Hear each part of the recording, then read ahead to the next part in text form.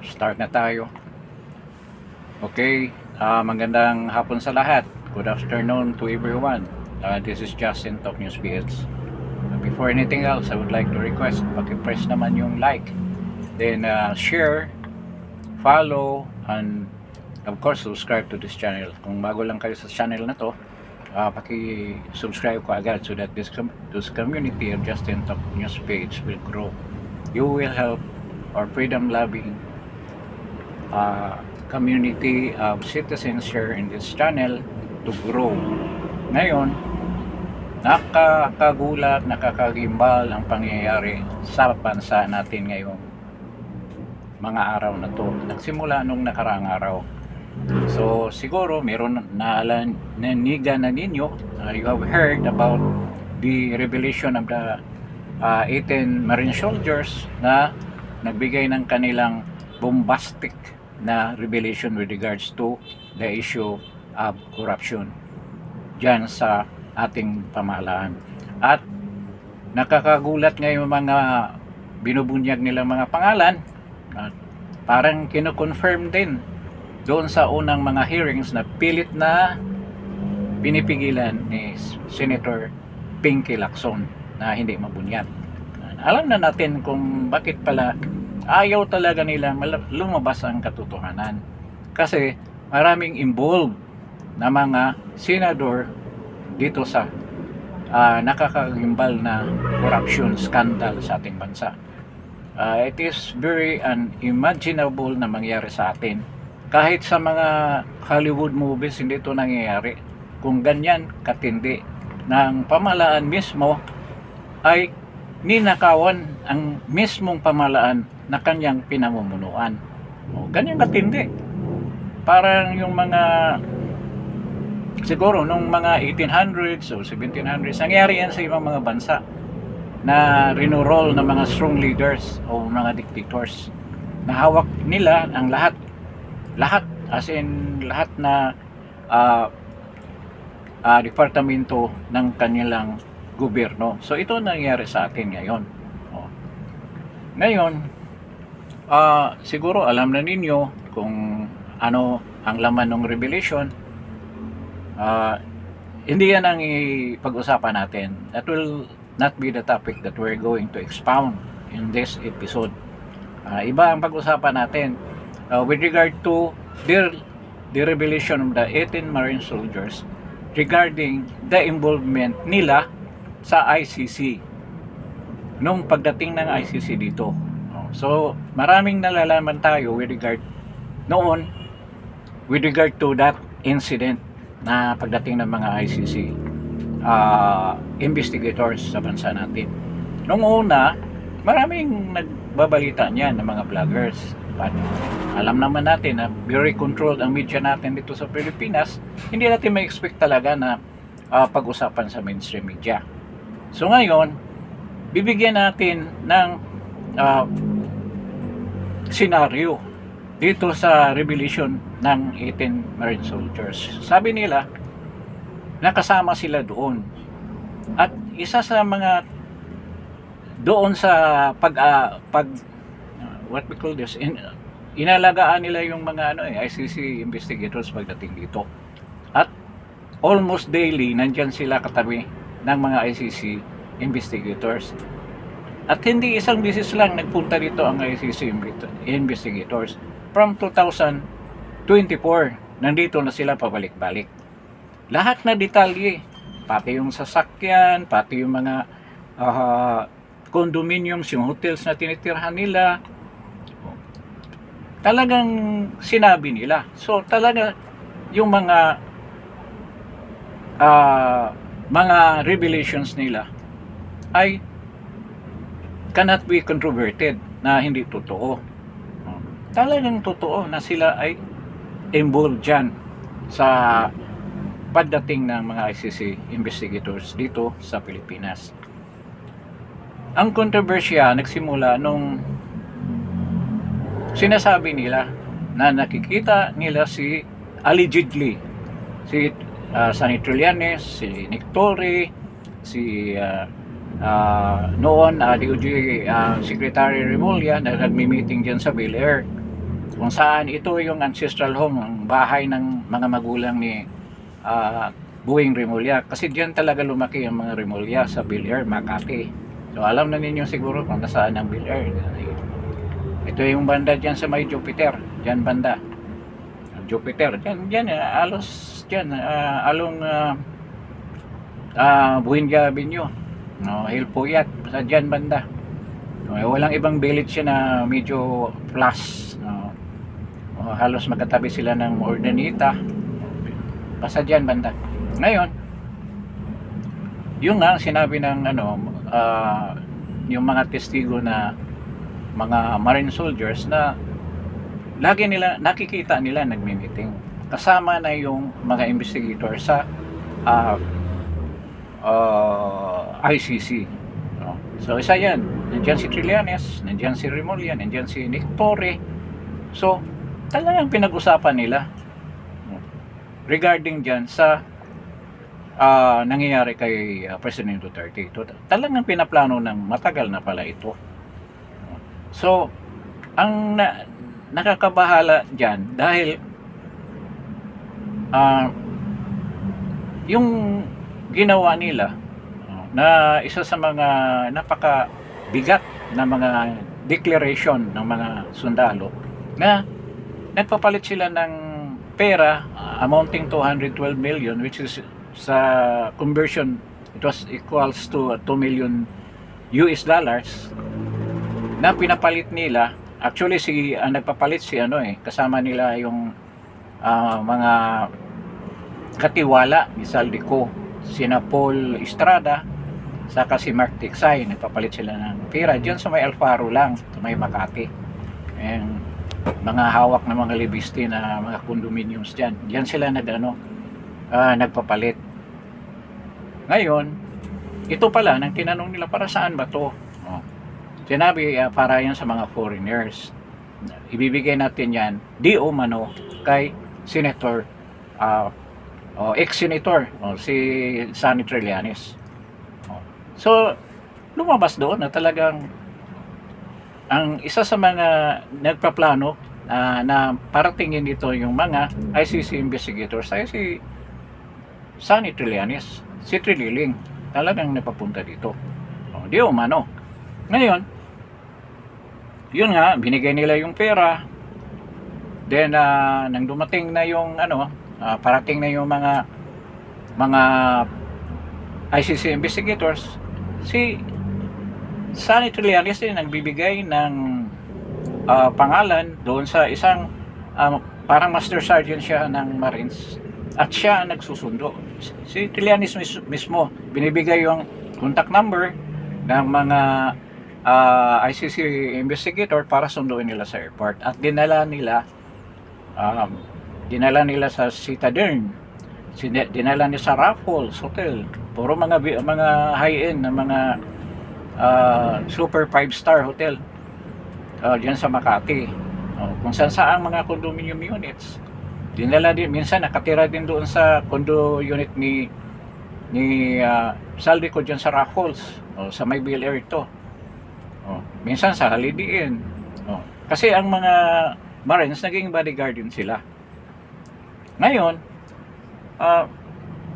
ibig sabihin, ang gumastos doon sa pagtira sa mga lahat na pagganap ng mga aktibidades sa pag-imbestiga ng mga investigator na to ay shoulder ni Saldico at ni Sonny Trillanes. Na malamang yung pera din na binibigay ni Sonny Trillanes ay galing din kay Saldico. Dahil nga yung dollar na sinabi pinalit nila, di umano ay galing din kay Sonny Trillanes. So ngayon, ang isang very striking pangyayari dito, yung sinabi ng mga Marine soldiers na umiikot sila sa Metro Manila, kung saan daw yung mga sinasabi ng mga AGK incident na nangyayari during the time of President Duterte, kung saan binibisita nila, siguro nagtatanong din sila doon sa mga tao, mga biktima or whatever. Then sinabi nila na nag-i-interview sila ng mga ah, witnesses. Pero ang nagtatawag sa mga witnesses, kalimutan ko yung pangalan. Parang si Tobid. Binigay ni Senator Leon ay sinabi na tawagan mo to, ito ang i-interviewin ng mga investigator ng ICC. So tawagan mo to. So pag tinawagan na, siguro dinadala nila dyan sa isang lugar kung saan i-interviewin ng mga investigator ng ICC.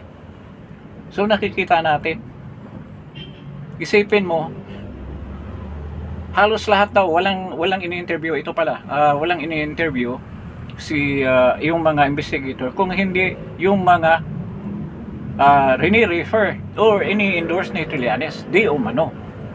Yun ang sinabi sa affidavit. Lahat ng sinasabi ko, yan ay nandyan sa affidavit ng mga Marines. Yun ang sinabi nila sa affidavit nila. At nagpunta pa sila dyan sa Kalinga Center, Bahay Kalinga, dyan sa Quezon City. Ito yung Bahay Kalinga. Ito yung sinabi ni Flavi, yung pare ni Father Flavi, na yun dyan hina-house yung mga witnesses na ginamit ngayon na mga witnesses dyan sa ICC hearing, mga witnesses nila against kay kay ex-President Duterte sa kaso niya na crimes against humanity. So nakikita natin na niluluto na pala nila itong kaso na to kasama yung mga witnesses. So definitely nakatanggap ng pera yan, galing din sa mga kinurakot na pera, galing sa flood control o kung ano pang mga projects na kinurakot. So pera din natin yan. Grabe talaga, no? Parang linuto tayo sa sariling mantika. Yung witnesses na kinuha, pinili at allegedly binayaran din yan. Hindi haharap yan kung hindi mo bayaran. Di umano binayaran yan na humarap dyan at sasama sa dahig para mag-witness doon against President Duterte. Wala bang yun ang nangyari? Kaya ba nila magbayad ng pamasahe sila lang? Or yung grupo na yan? Hindi. Galing din yan kay Saldico na pera at galing din kay Martin Romualdez at kay BBM. Di umano. Utos din nila yan. Kaya yun ang nangyari dyan. So, ang malaking tanong, ito pala mga witnesses na to, talagang totoo yung sinasabi na mga bayarang witness o hindi totoo mga witness kung hindi binayaran. Ngayon, nakatakip ng mga mukha niyan during the first confirmation hearing ni President Duterte nung isang araw. Pinipresenta sila doon sa court ng ICC, nakatakip ang mga mukha.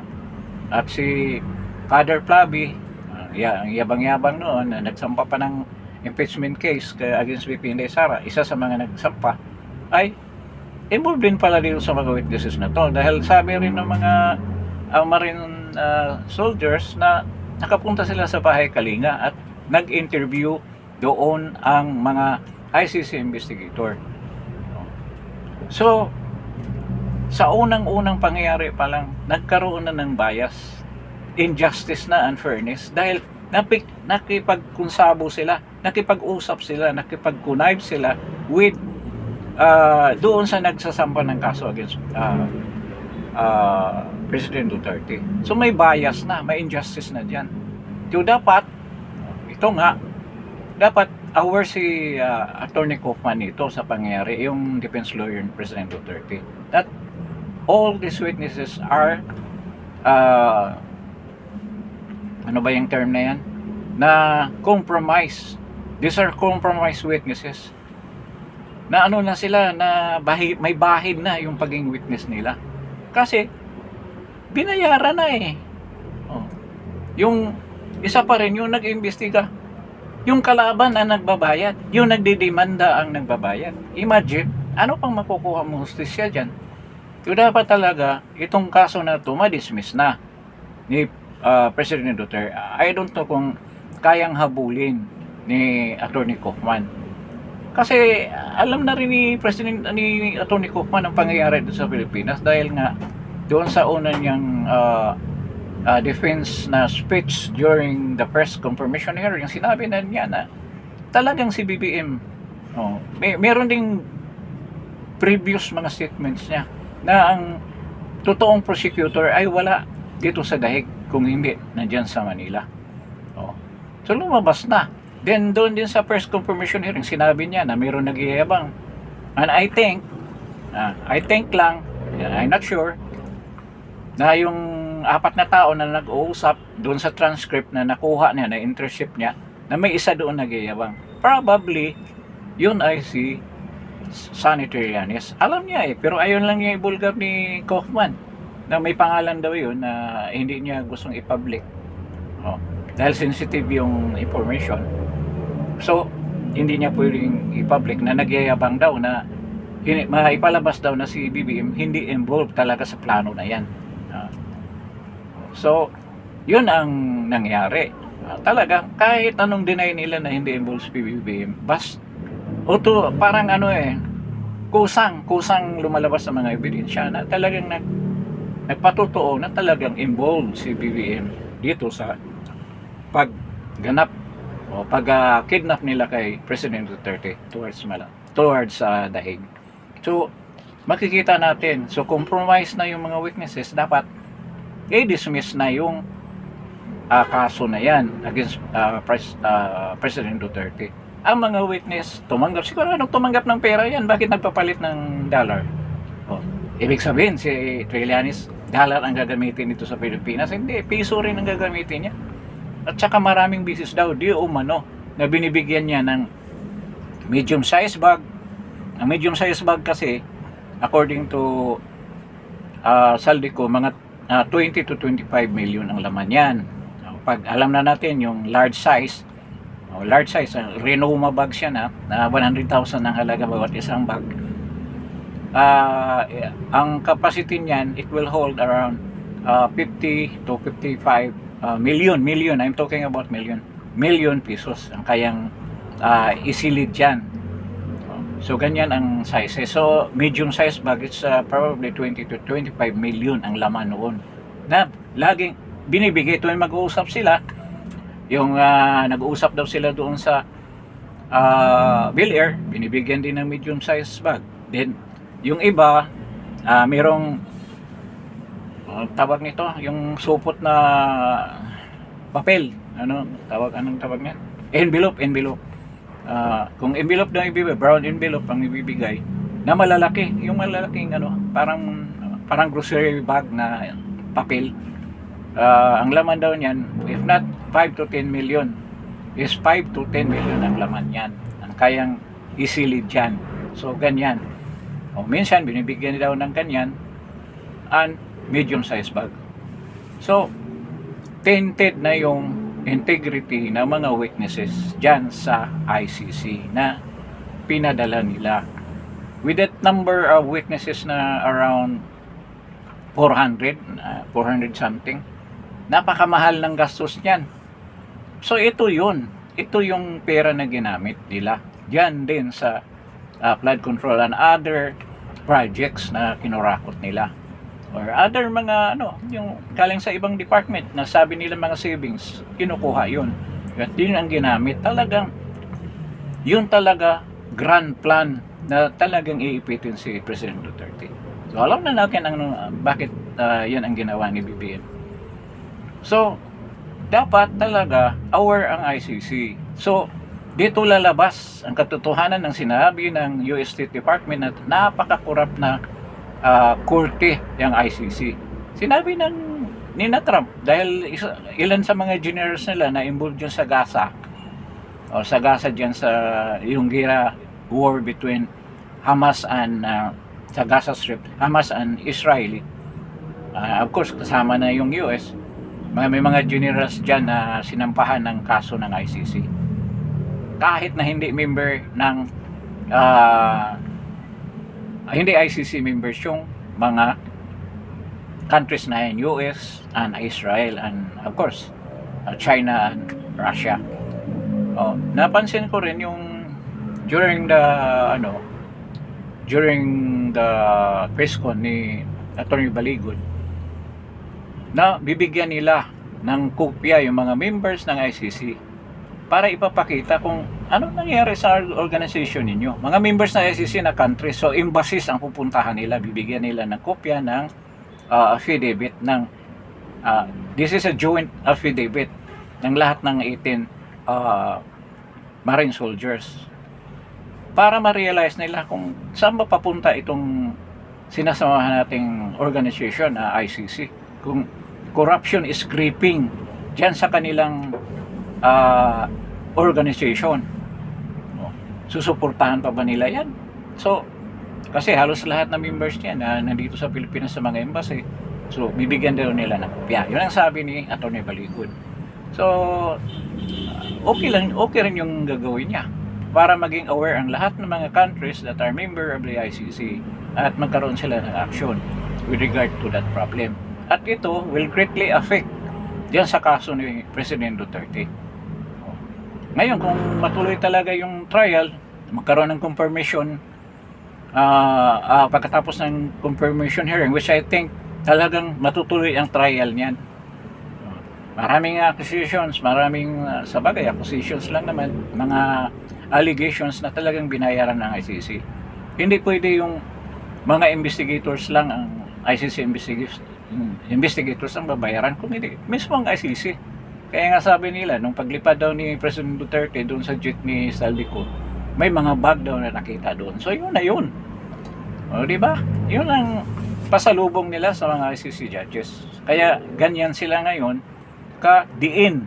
Katulad din ng ginawa ng mga congressman natin during the Quadcom hearing ni VP Inday Sara, dahil nakakatanggap pala sila ng mga pera. Yung sinasabi ni Atty. Baligod, kung sino maiingay dyan, yun ang nakatanggap ng malitang pera. Di ba? Na-mention sina Abante, si Timbo, si Erwin Tolpo, si Dung Gonzales, ang dami nila, pati yung mga makaliwa, yung mga komunista, dinagdagan pa yung pondo nila na pambili ng pang-recruit ng mga bata na maging NPA at pambili ng bala at baril. Nandoon si Brusas, nandoon mga NPA. Si Brusas, si Acting Chair, si Castro, si Raul Manuel nakatanggap din. Nakita natin. Yung Grand Conspiracy. Yan ang Grand Conspiracy. Paano pabagsakin ang mga Dutertes? Kasi alam nila, wala talagang ibang pwedeng magbaliktad sa sitwasyon ng ating bansa kundi ang mga Duterte. Kaya patuloy ang pagsira nila kay VP Inday Sara. Takot na takot sila na maging presidente si VP Inday Sara kasi ngayon alam na nila na talagang hahabulin sila hanggang dulo, hanggang sa sitwasyon na makulong sila. Talagang hahabulin sila ni VP Inday Sara. Ngayon, maraming ugong-ugong na maging vice president ay si Rodante Marcolita na dating BRC or Blue Ribbon Committee Chairman dyan sa Senado na pinalitan bigla ni si Chis Escudero, kasama na si Joel Villanueva. Kaya ang pumalit yan si Pinky Lacson dahil nakatanggap, sabagay si Lacson hindi na-mention kung nakatanggap pa ng balita, but si Tito Soto napakalungkot na balita, 5 malita na large na malita ang natanggap doon sa building niya sa may Pasay dyan, malapit sa Baclaran, malapit yan sa simbahan ng Mother Perpetual Help Church. Dyan ang niya, ang laki ng building niya dyan. Doon daw hinatid yung 5 malalaking malita at mahirapan siya ma-deny yan dahil may witness na, may testimonya na, may affidavit na yung mga Marines na naghatid ng 5 malita sa kanyang malalaki diyan sa opisina niya.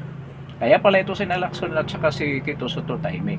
So balik tayo sa topic natin with regards to dito nga sa ICC. Dapat i-dismiss na yung kaso na yan kasi tainted na, may bahid na yung mga witnesses, compromise na sila. Talagang nakikita na nakipag kunay ang mga investigator with the government of the Philippines na nagsampa ng kaso na yan. paano? Ipatuloy pa ba ninyo yung kaso na yan na despite the fact na ganyan na nangyari? At unti-unti nalalaman ng buong mundo.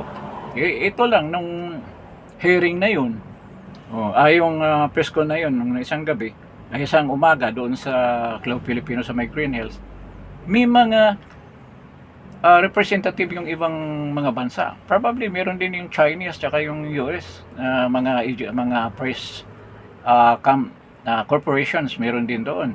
Kasi nandoon yung Russian Today television na minsan na-interview nga si VP Inday Sara diyan.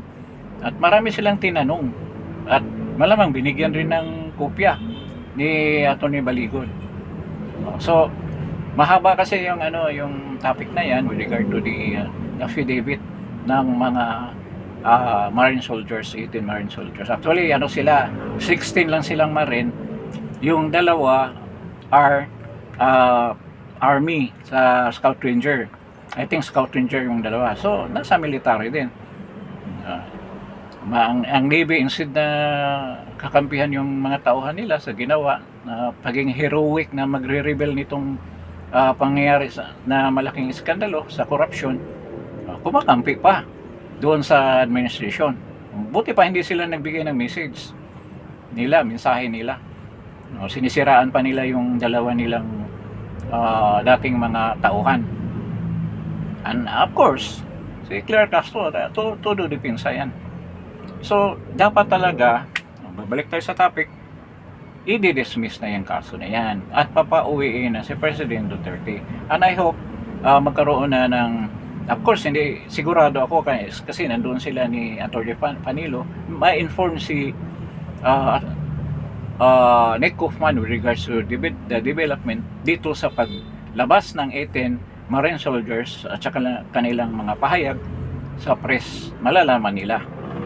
Kasi minention na rin ni with regards to the witnesses na mention ito sa first confirmation na wala silang direktang nakitang witness na nagtuturo na inutusan sila ni President Duterte para mag-commit ng AGK. Wala. So paano maging witness yun? Plus itong nangyari ngayon, so there's no reason na hindi na nila i-dismiss yan. And I hope ganyan mangyayari dyan sa kaso ni President Duterte, and probably we're hoping na mapauwi na si President Duterte as soon as time possible. Though si VP Inday Sara medyo desperado and tinatanggap na niya na kung anong mangyari kay President Duterte, wala na, tatanggapin na lang nila na hindi na siya makakauwi. Pero marunong ang Panginoon lahat na ito talagang God's intervention. Nakikita naman natin kung paano maglaro ang will ng Panginoon. Hindi natin i-expect, kaya lang tayo, be positive, then trust the Lord sa lahat ng gagawin niya sa bansa. Kasi labanan na to I don't think na ordinary yung tao ang kalaban natin. This is Satan himself na ay bumaba na para dito guluhin ang bansa natin. And this is a big challenge to those who believe, those who are Christians, kahit na yung ibang reliyon, hold on to your faith. This is a fight between good and evil. Alam naman natin.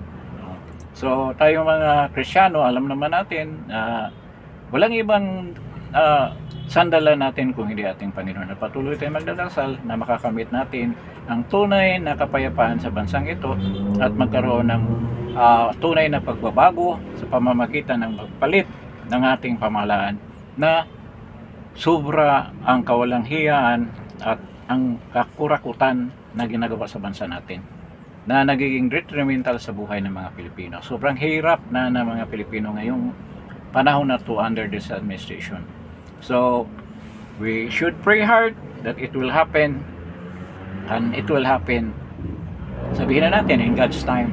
Sana as soon as possible. So maraming salamat sa pagdalo ninyo dito sa Justin Talk News Page.